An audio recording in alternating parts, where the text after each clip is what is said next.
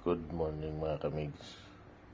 So, gumawa ako ng short video para pakita ko to po sa ating tagahanga. Yan. Yan po siya sa ibabaw. Sa shoutout na kita, magaling na master. So, ito na po ang gagawin natin.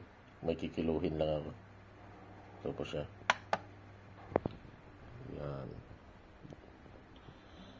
Naka-grams na yan, sir, ha? O, tingnan mo ng maigi, ha? O, lagyan natin ito.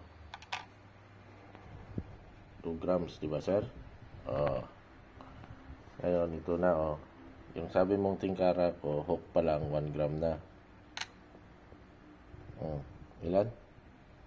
3. So, kung kuhanin ko yung isa,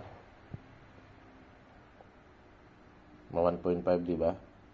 So, wag mo kong sabihan, sir, na yung aking tingkara ay hook pa lang is 1 gram. Ngayon, pakita ko sa iyo yung 1 gram na hook.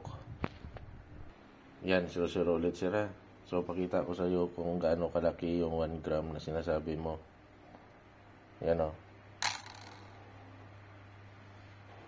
Te, nakita mo ba po, sir, yung 1 gram, sir?